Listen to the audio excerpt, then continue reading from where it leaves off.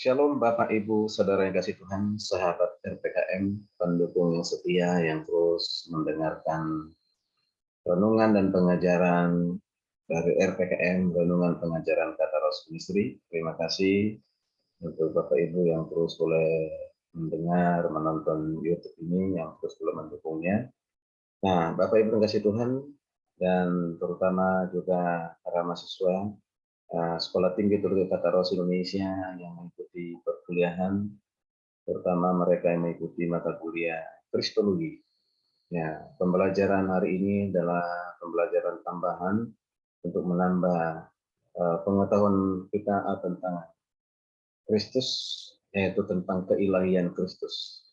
Sehingga kita bukan saja ditambah pengetahuan, tapi membuat kita semakin akan kagum ya akan Tuhan kita Yesus Kristus, karena semangatnya mengasihinya lebih dari apapun, dan kita pun terus hidup di dalamnya, memberitakannya kepada orang lain sehingga lebih banyak lagi orang mendengarkan bahwa Yesus Kristus adalah Tuhan.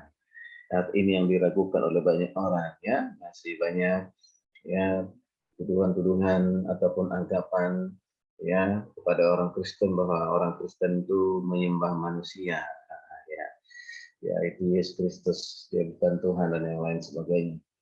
Baik, Bapak Ibu dengan Tuhan, ya, kembali kita akan melanjutkan keilahian Kristus dalam surat Kolose. Ini di part kedua, ya, keilahian Kristus dalam surat Kolose ataupun surat yang ditulis oleh Rasul Paulus. Ya. Di sesi pertama saya sudah jelaskan tentang ya gambar Allah yang tidak kelihatan, ya, yaitu ikon ataupun citra diri Allah. Jadi kalau mau mengenal Allah, melihat Tuhan yang adalah roh itu, yang tidak bisa dilihat. Roh Tuhan itu adalah roh yang tidak bisa dilihat. Bapa itu roh, Roh Kudus itu roh, ya, yang tidak bisa dilihat. Nah, kita bisa melihat semua itu dalam pribadi Yesus Kristus, ya. Mengenal Kristus berarti mengenal Bapa. Mengenal Kristus berarti mengenal Roh Kudus.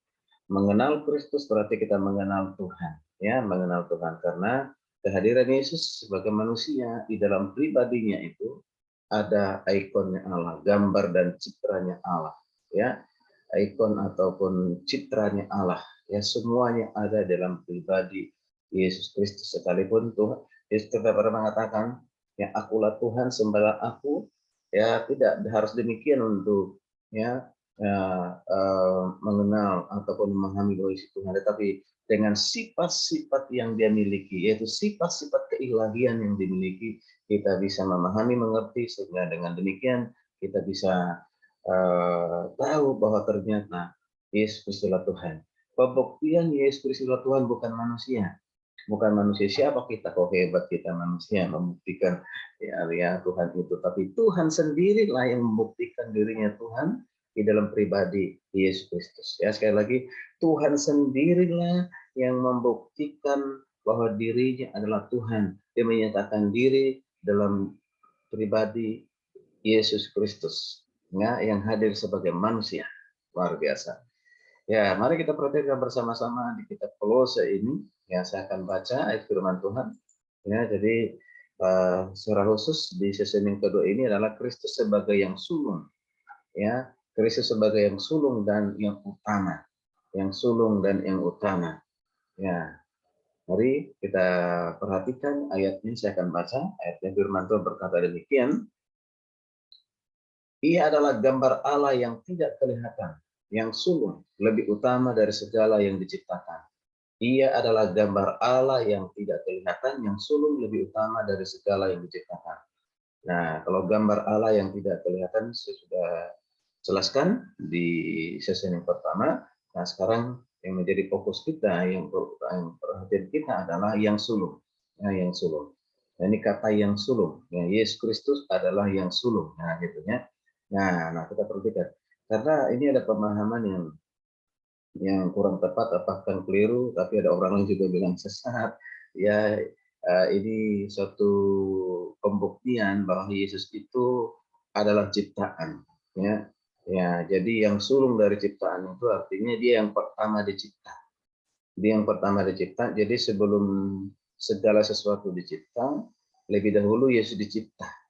Ya, Bapa menciptakan satu pribadi bagi dirinya, itu namanya Yesus Kristus, satu pribadi Yesus Kristus. Dan ada juga menggunakan dasarnya Wahyu 3:14. Apakah tepat demikian sama si Tuhan? Apa maksudnya yang sulung di sini? Mari kita belajar bersama-sama. Tapi kita baca dulu ayat yang ke-16 berkata demikian. Karena di dalam dialah telah diciptakan segala sesuatu yang ada di surga dan yang ada di bumi, yang kelihatan dan yang tidak kelihatan, baik singgasana maupun kerajaan, baik pemerintah maupun penguasa. Segala sesuatu diciptakan oleh Dia dan untuk Dia.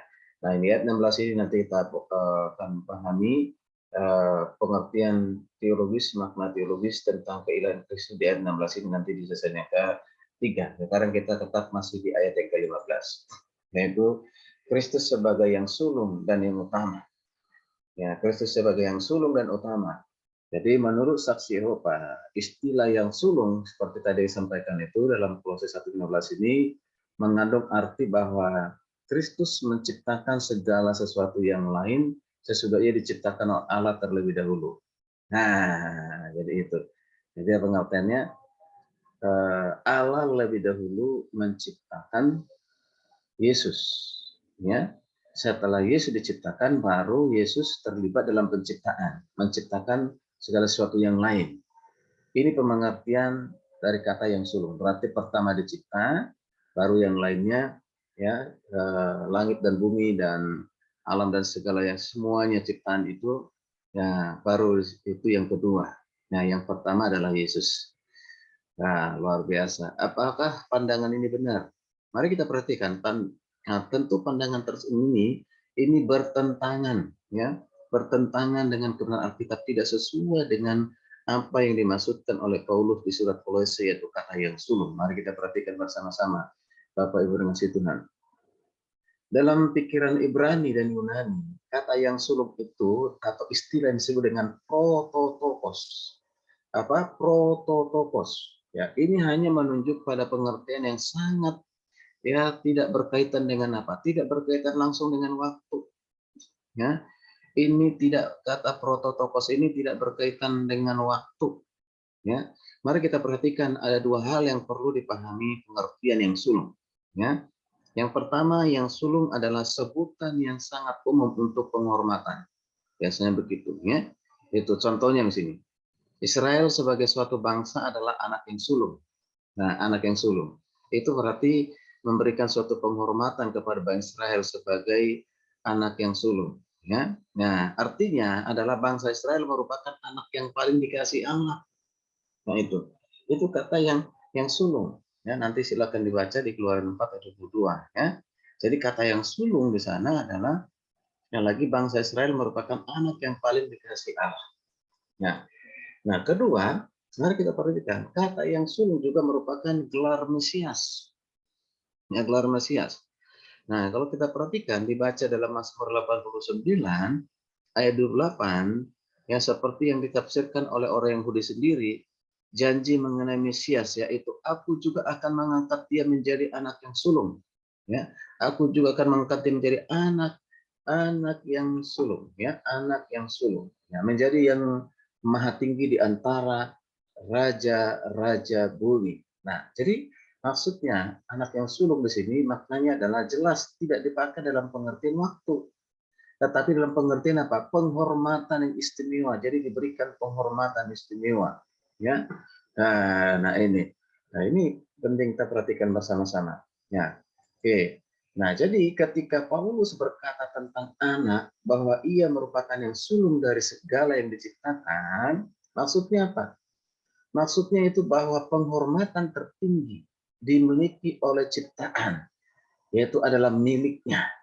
Ya, yang sekali lagi, nah, kita perhatikan tadi ya yang merupakan pengertian dari, ya, yang sulung, ya, yang sulung dari segala yang diciptakan, yang sulung dari segala yang diciptakan itu maksudnya adalah penghormatan tertinggi yang dimiliki oleh ciptaan adalah miliknya.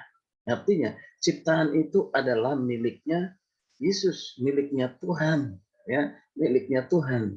Nah, diciptakan oleh Allah sendiri. Nah, nanti kita lihat ayat yang berikut 16 bahwa di dalam Kristus diciptakan segala sesuatu, baik yang kelihatan maupun yang tidak kelihatan. Oke. Jadi mari kita perhatikan. Jadi Paulus di sini mau menyatakan bahwa yang sulung bukan termasuk yang diciptakan. Sekali lagi ini penting.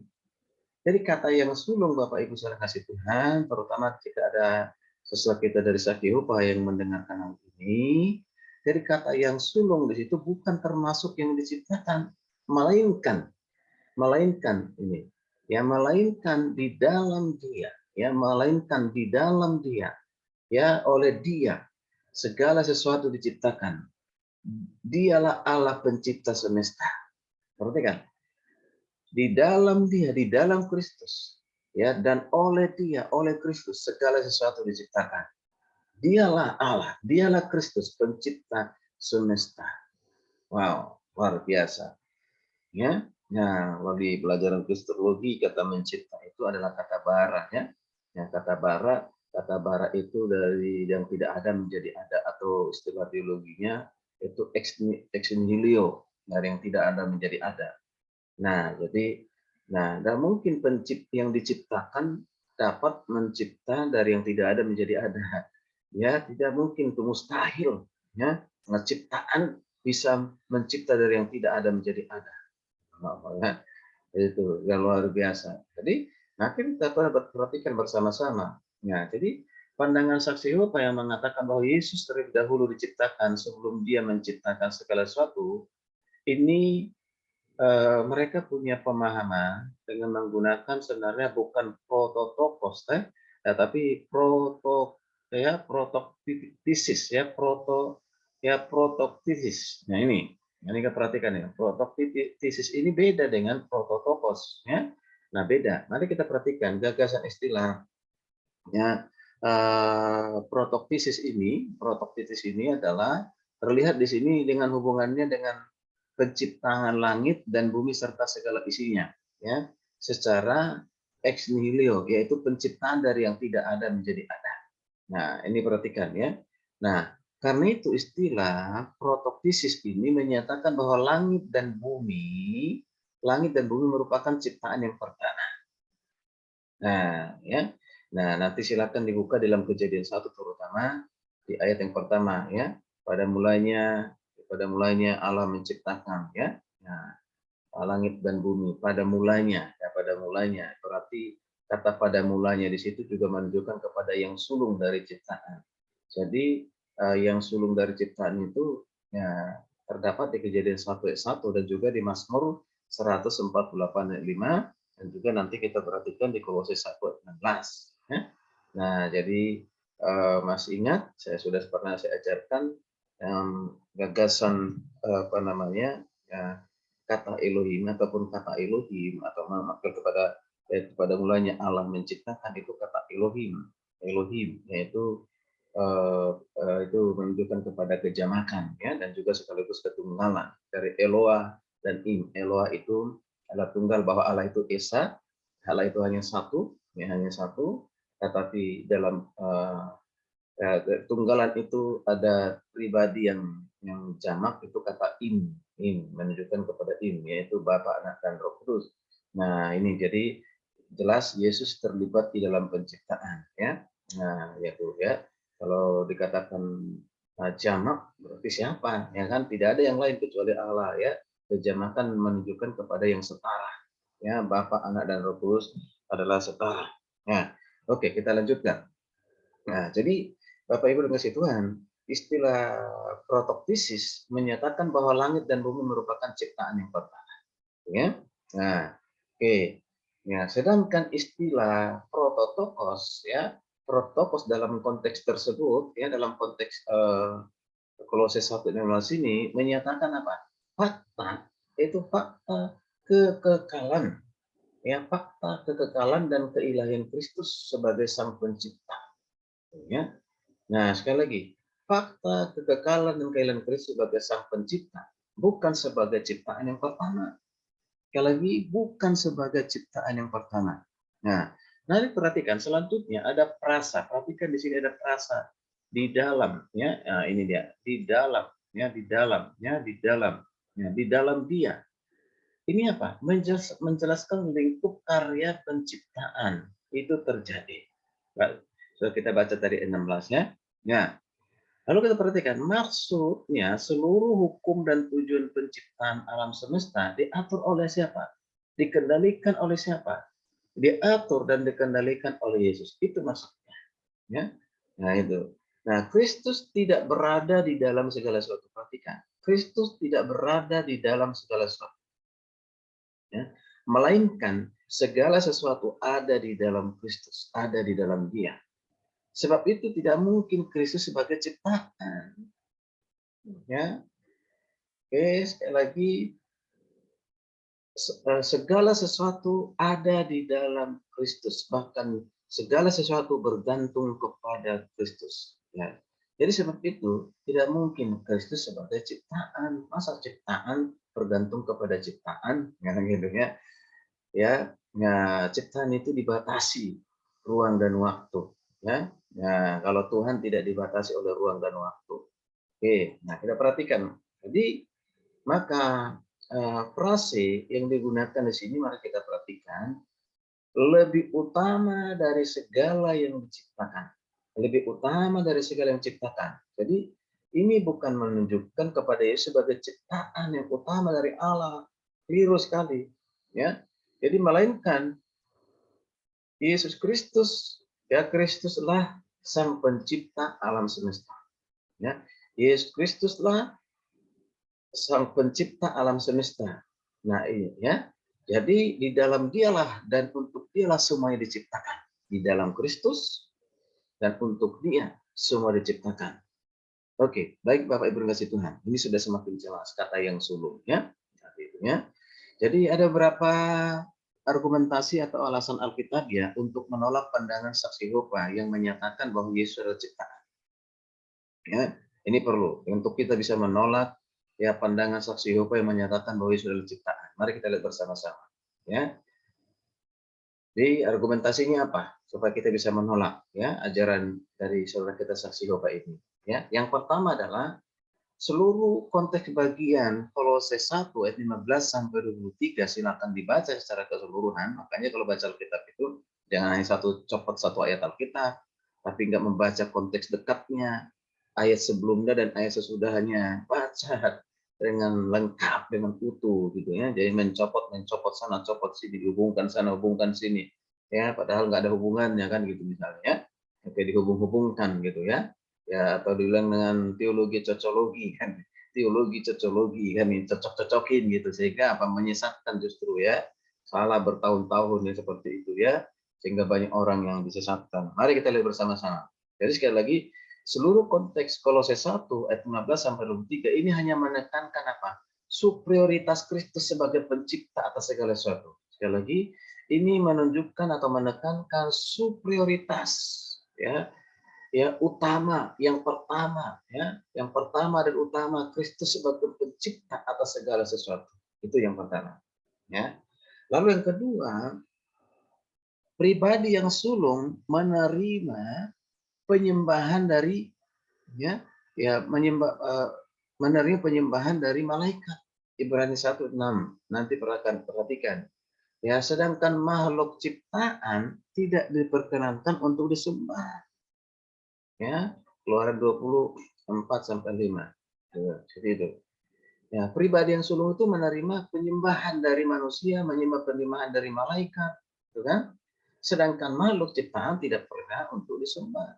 Yesus kalau itu adalah ciptaan, ya tidak mungkin disembah oleh malaikat, tidak disembah oleh manusia. Perhatikan ini baik-baik Bapak Ibu kasih Tuhan. Yesus itu disembah, ya, dimuliakan, diagungkan. Mengapa? Karena dia adalah Tuhan. Wow, luar biasa.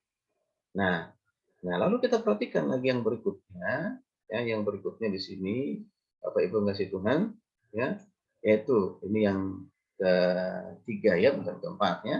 Nah, jika Kristus adalah ciptaan yang pertama, maka tentunya kata Yunani digunakan dalam ayat tersebut adalah protoktisis, ya, protoktisis. Artinya ciptaan yang pertama. Itu. Tetapi kata yang digunakan, kata yang disulung, yang sulung di situ bukan protoktisis, tetapi apa? Yaitu kata yang digunakan itu adalah perkataan istilah prototokos atau bisa juga protokos ya. Prototokos artinya yang sulung atau pencipta gitu.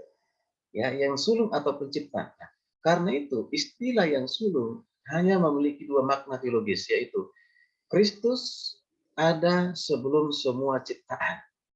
Nah, jadi keberadaan Kristus jangan kita lihat pada saat dia berinkarnasi, saat dia menjadi manusia, tetapi sebelum dia berinkarnasi, Kristus sudah ada. Bahkan Kristus pernah mengatakan demikian di depan orang-orang Farisi ahli Taurat, sebelum Abraham jadi aku telah ada.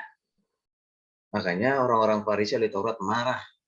Ya, mengapa? Karena mereka masa mengatakan hanya Tuhan yang ada sebelum Abraham. Nah, gitu ya. Nah, itu sebenarnya tujuan Yesus menunjukkan bahwa dirinya adalah Tuhan yang sudah ada sebelum dia berinkarnasi. Ya, dia berkuasa atas segala ciptaan. Yesus berkuasa atas segala ciptaan. Sebab di dalam dia segala sesuatu diciptakan. Dia adalah pencipta itu. Puji Tuhan. Haleluya. Luar biasa. Lalu yang berikutnya, Bapak Ibu dan Tuhan, yang keempat itu adalah yaitu semesta ini ada karena ciptaan Allah. Alam semesta di mana kita tinggal, di mana kita dilahirkan, dibesarkan, berkarya, hidup, menikmati segala ciptaan Tuhan. Itu adalah ciptaan Tuhan. Dan Allah tidak pernah dan tidak akan pernah meninggalkan seluruh ciptaannya. Artinya Tuhan adalah Tuhan providensia, Tuhan yang akan memelihara segala ciptaannya termasuk manusia. Yang bisa memelihara dunia dan memelihara manusia hanya Allah, hanya Tuhan. Maka Yesus terlibat dalam, nanti dibaca di Kolose 1 ayat 17 dan juga Ibrani 1:3. Ya, bahwa segala sesuatu bergantung kepada Dia. Ada di dalam Dia, bergantung kepada Dia. Ya. Nah, itu di dalam siapa? Di dalam Tuhan. Segala sesuatu, berarti segala ciptaan apapun itu bergantung kepada Tuhan. Bergantung kepada Yesus. Inilah Tuhan. Luar biasa. Baik, Bapak Ibu kasih Tuhan. Jadi sudah jelas apa arti istilah kata yang sulung. Sekali lagi kesimpulannya, kata yang sulung bukan menunjukkan kepada Yesus adalah ciptaan yang pertama. Tapi kata yang sulung menunjukkan kata yang digunakan prototokos, yaitu bahwa Yesus adalah pencipta. Ya, pencipta, diberikan superioritas yang pertama dan utama dari segala ciptaan adalah Yesus. Segala sesuatu diciptakan oleh Kristus. Di dalam Dia segala sesuatu diciptakan, bahkan segala sesuatu bergantung kepada Kristus. Puji nama Tuhan, kiranya pembelajaran ini yang menjadi berkat, menjadi suatu pengajaran yang dasar yang kuat buat kita untuk tetap ya memuliakan nama Tuhan, mempermuliakan nama Kristus. Kita akan lanjutkan di sesi berikutnya di ayat yang ke-16, Kristus sebagai pencipta. Kristus sebagai pencipta. Itu di part ketiga atau sesi ketiga. Silakan ikuti terus supaya kita bisa semakin mengerti, memahami ya ayat ini. Ya, baik. Mari beritakan, sampaikan kepada orang lain. Jangan hanya kita yang mendengar, menyimak, kita diberkati, tapi kita pun harus menjadi salur berkat. Ya, jadi konten ini dibagikan kepada sebanyak mungkin orang, terutama kepada jemaat. Dibagikan supaya mereka juga banyak diberkati. Nanti ketika mereka didatangi oleh saksi rupa, mereka punya pemahaman ini sehingga bisa menolak ya, menolak pandangan-pandangan yang tidak sesuai dengan pengajaran Alkitab. Sekalipun mereka menggunakan Alkitab, ya kan? Bukan masalah menggunakan Alkitabnya, tapi bagaimana memahami Alkitab, itu yang paling penting. Ya, baik. Ini penting bagi kita. Saya sampai ketemu lagi di sesi berikutnya. Ikuti terus. Sadar diberkati. Jangan lupa di like, ya, diberikan tanggapan. Bahkan yang belum, ya, mari silakan di subscribe. Salam sehat dan teruslah ya cintai Tuhan, mengasihi Tuhan. Jangan lupa ikuti, taati protokol kesehatan. Anda sehat, ya, keluarga sehat, Indonesia sehat. Haleluya, puji Tuhan. Shalom, Tuhan Yesus memberkati kita sekalian.